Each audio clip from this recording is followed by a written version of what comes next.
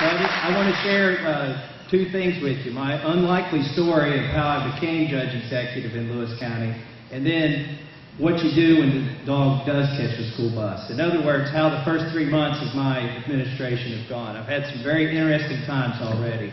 And just want to echo what Sheriff Mack said. Your local government is the last fuse between you and the government, basically the national, the state. It's the local government that can really change your lives. And don't believe for a second that your neighbors won't take your constitutional rights away from you. They'll form a committee. They'll become a zoning board, and they'll come and tell you what to do with your property. And this could be, your great aunt who's on this committee. Liberty is hard to fight at the local level. It's hard to establish and keep established. But anyways, my story of how I got to be judge executive. My wife and I grew up in Lewis County, Kentucky. It's a beautiful county. It's in the foothills of the Appalachian Mountains. There's a lot of freedom still there. There are no zoning laws in the county. There are no building codes in the county. It's pretty amazing. And we took all that for granted when we were growing up there. We both went to MIT. We both have engineering degrees. We're high school sweethearts, my wife Rhonda and I. At MIT, I worked on solar cars, robots. I invented a virtual reality device that translated into 24 patents, started a company, raised $32 million of venture capital, created 70 jobs. We were in New England for about 10 years, I guess, working on this company. And when our oldest child, we have 4 children, when our oldest child entered the first grade in New Hampshire, we decided to live in New Hampshire even though our company was in Massachusetts. And when our oldest child entered the first grade, we decided it was time to come back to Kentucky. We wanted to raise our kids back here. And even though the license plate said live free or die, there were some things where they didn't really mean it. And so we decided to come back and raise our kids where we knew the freest place was in the world. So we bought 1,200 acres. We were fortunate enough to do well in our company that we could come back. And basically we decided to stay to ourselves. We just wanted to be left alone. I bought a sawmill, a bulldozer, and a backhoe. I built a house with the wood and the stone off my property. We generate our own electricity with solar panels, and we raise our own cattle. I built 5 miles of fence. An ice storm tore it down. We chased all our cattle around the county, got them back in, built the fence again.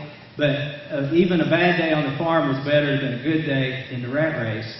So, but I didn't pay much attention to local politics. We did get the local paper, and I went down to the farm store every now and then where our magistrate was. And I just wanted to ignore the little notices that they're required to print in the paper whenever they implement a law.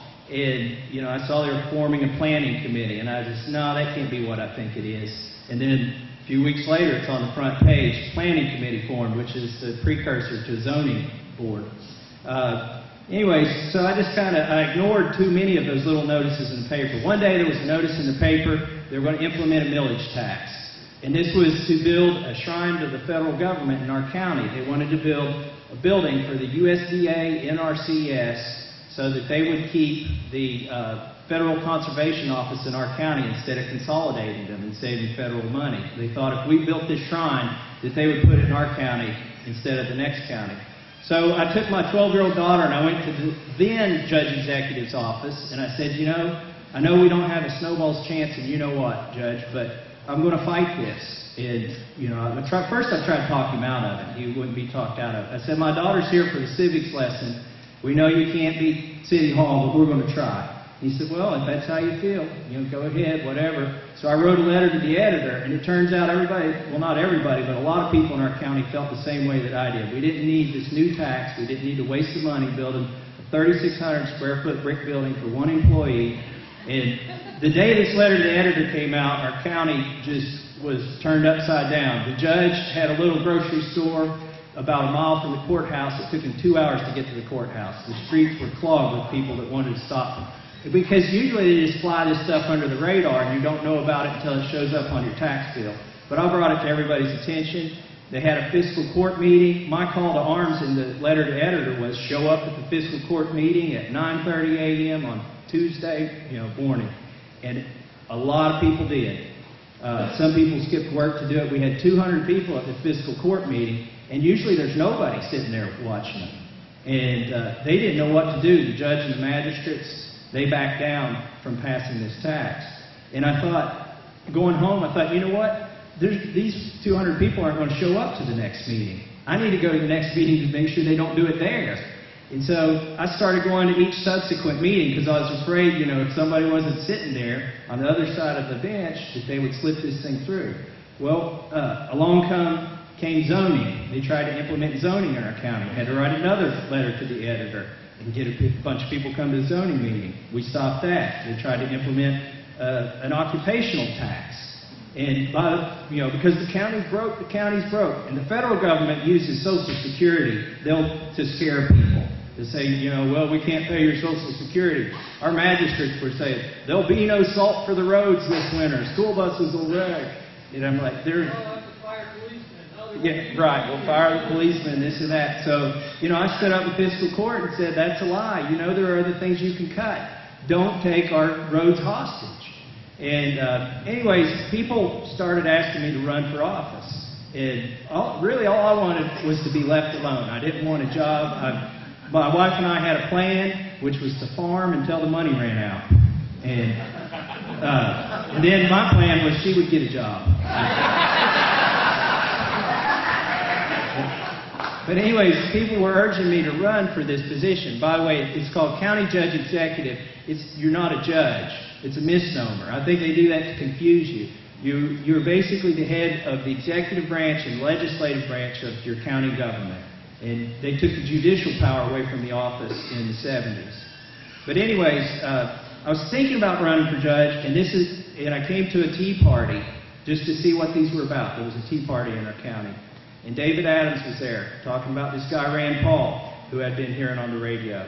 And I got so excited at that tea party, and they opened the microphone up for anybody that wanted to speak. And I asked my wife, I said, should I speak? And she said, if you're thinking about office, if you can't talk to these people, you've got no reason running for office. So she pushed me up there, and I spoke, and it went well. And long story short, I ran for office. I beat the incumbent 2-1 in a three-way primary race.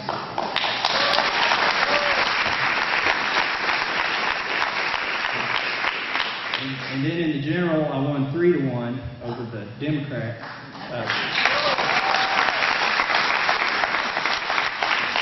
And so now we get to the part where the dog catches the bus. What do you do when the dog catches the car or whatever? My first fiscal court meeting did not go well. I had 3 magistrates who thought I would go along to get along, and a treasurer as well. So they started making motions and passing motions in my first fiscal court meeting to show me where my place was. Well, I had the gavel, and unbeknownst to them, a month earlier, I had sent in 4 indiscretions to the state auditor that I knew about in our county that had been going on. And I wasn't going to make it public. I would just, we'll send it to the state auditor, we'll let it run its course. But they backed me in a corner in that first meeting a week after I took office. So I just let it fly. I unloaded both barrels. I told everybody. There were 200 people at the meeting that kind of sensed that something would happen. And I told everybody about everything that had been going on in the county that I knew about. And it was a hard meeting to sit through, even for the people that supported me. Because, we had a treasurer, just for instance, who is still my treasurer. Long story. She leased her property for $1 to a nonprofit organization of which she was a member. And then the county hauled 500 tons of gravel to her property with county equipment.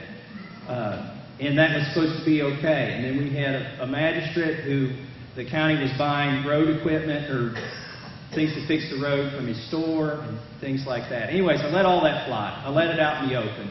And a judge, unbeknownst to me, a judge from 8 years ago was in the crowd. And he got up and he said, "Judge, may I speak?" And I said, "Sure." And he said, "You need to go into executive session. I hate to see our county torn apart like this. You're airing our dirty laundry. To go into a secret meeting." And I was just aghast, but I didn't know what to say. So anyways, we adjourned the meeting. A reporter came up to me and said, "What do you have to say to the gentleman who said you shouldn't be airing the county's dirty laundry?" And I just looked at her. I said, "I thought that's why I was elected."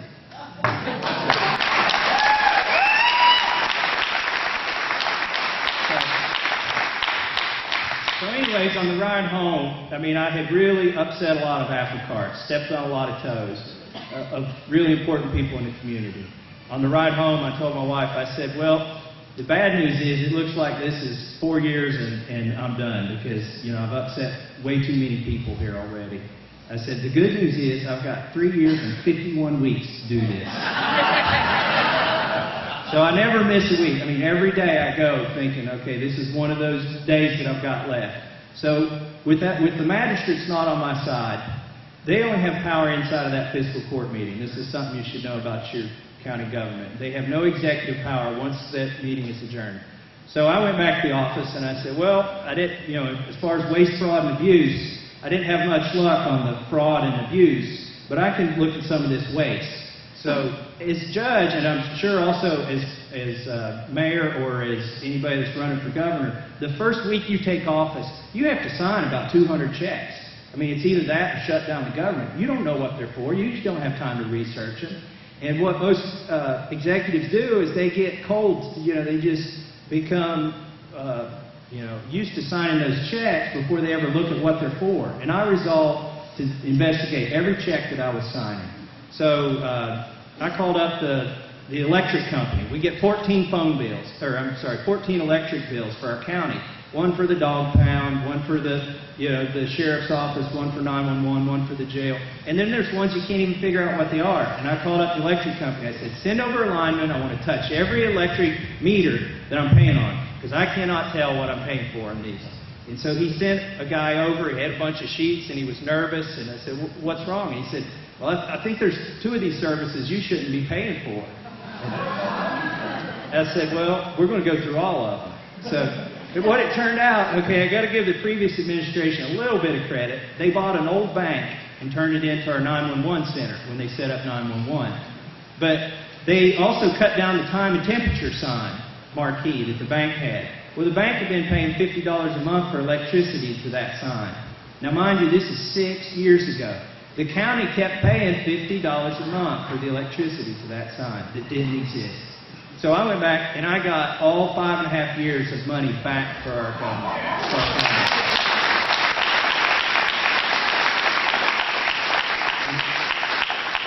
Before there was 911, before there was call forwarding, when you still had the old Bacon Light telephones with the dials on them, which was really only about 15 years ago in our county. But the sheriff, when he left the office of an evening, he would flip this electromechanical switch, and the wires would go to this dedicated line that went out to the ambulance provider, which was just a local guy who had 2 or 3 ambulances in his barn, and he would answer the sheriff's phone that night. Well, mind you, this is like 15 years ago. So when I brought the phone guy in from Lexington, the Windstream guy, by the way, he's in charge of government affairs or government accounts. He said, you're the second judge executive I've ever met. I said, why do you think that is? He says, because the rest of them don't care about this. So he sat and went through every bill with me. And I think he was so inspired that I cared that he was helping me find the waste in these bills. Turns out we've been leasing a copper line 4 miles long from the old days before they had call forwarding, when you needed a physical line, for $63 a month for about 15 years. But anyways, I haven't gone back to Windstream to see if I can get that money back. I doubt it, but we'll say that going forward. This all sounds like small stuff. But by the time you add up the elevator contract, which I renegotiated, the rug and hand sanitizer contract, which I redid, the exterminator contract, which I redid, it adds up to $140,000, which is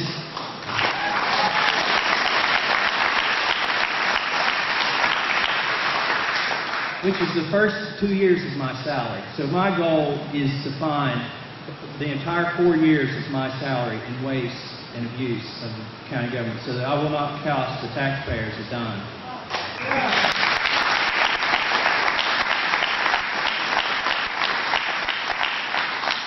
You know, implementing smaller government as a legislator is kind of like fighting a battle from an airplane. You don't see much of the ground war. But when you do it at a local level as a county official, it's like fighting the battle with a bayonet. I mean, it is not pretty. You're dealing with your neighbors, with your family. You're stepping on toes, and it's a very difficult thing. But it's worth doing, and I want to leave you with one thought tonight. The biggest eye-opener I had last year when I ran for office, I always thought that the party was looking for good candidates. You know, like how the Army's looking for good men. I thought the party was looking for good candidates. What a joke. They're looking for incumbents and people who are compliant.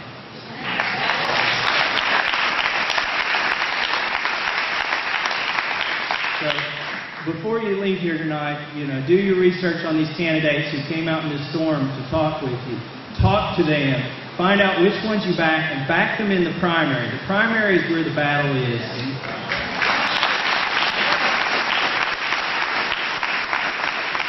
So with that, I'll leave you and thank you very much.